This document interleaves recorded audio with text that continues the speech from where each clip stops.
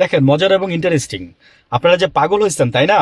আহ, নোয়াখালীতে face the পিপলের একটা আমি একটা রেফারেন্স দিয়ে বলতেছি যে নোয়াখালীতে ছাত্রদল কর্মীকে কোপালো আওয়ামী লীগ নেতা কর্মী, ছাত্রদলকে পিটাই কোপাইছে আওয়ামী লীগ নেতা কর্মী। সমস্যা নাই, সামনে আরো আরো আরো আসতেছে, আপনারা আপনারা ওয়েট করেন। আপনারা, আমি শুনতেছি যে এই যে 13 তারিখের পরে, হ্যাঁ মানে সরি 26শে মার্চে আওয়ামী লীগকে আপনার এই যে অলরেডি অনেক নেতা চলে আসছে বাংলাদেশে, অলরেডি অনেক নেতা বাংলাদেশে চলে আসছে আওয়ামী লীগের। হ্যাঁ ভাই, তাদের দেশ, তারা আসবেই, এটাই স্বাভাবিক, ঠেকায় রাখতে পারবেন না। হ্যাঁ, আমার কথা হচ্ছে কি জানেন, যে ওই যে সেনা মানে বলছিল যে ইনক্লুসিভ নির্বাচন, এই কথাটার ভ্যালু এখন মানুষ বুঝতেছে। এরকম একটা নির্বাচন হওয়ার চেয়ে একটা ইনক্লুসিভ নির্বাচন হওয়া অনেক ভালো ছিল। আমি সেনা প্রধানের ওই কথাটাকে এখন অ্যাপ্রিসিয়েট করি। আমিও হয়তো তখন রাগ করছি না, আমি তখন কিছু বলি নাই, গত রোজার মাসে আমি যে ওনার ইনক্লুসিভ নির্বাচন নিয়ে আমি কোনো কিছু বলি নাই। অনেক সবাই দেশের মানুষ খেপে গেছেন, বুঝেন না তো কিছু, ওই যে মানে লাউরে বলেন কদু, এরকম আর কি বলতে হয়।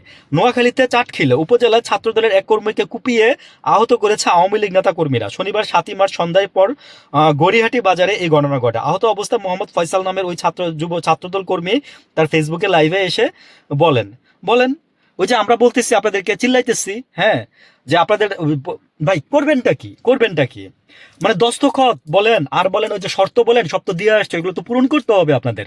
আপনারা জাস্ট বিএনপি যারা করছেন, ওই যে যারা বঞ্চিত ছিলেন, তারা আপনারা সারা জীবন এইভাবে বঞ্চিতই থাকবেন।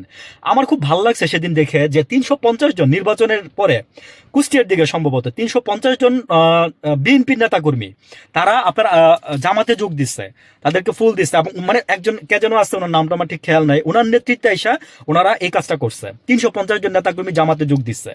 কি করবে আর বিএনপি? বিএনপি তার কোনো উপায় নাই। বিএনপি কে আওয়ামী লীগ হয়ে যাবে? বিএনপি কে আওয়ামী লীগে যোগ দিবে?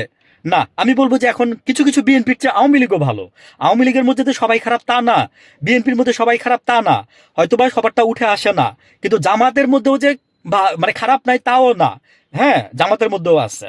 তো মানে আসলে কি, যে ওই যে বলছি যে আমাদের কপাল খারাপ, আমাদের নসিব খারাপ, আমরা এখন পর্যন্ত দেশে কোনো ভালো নেতা পাই নাই।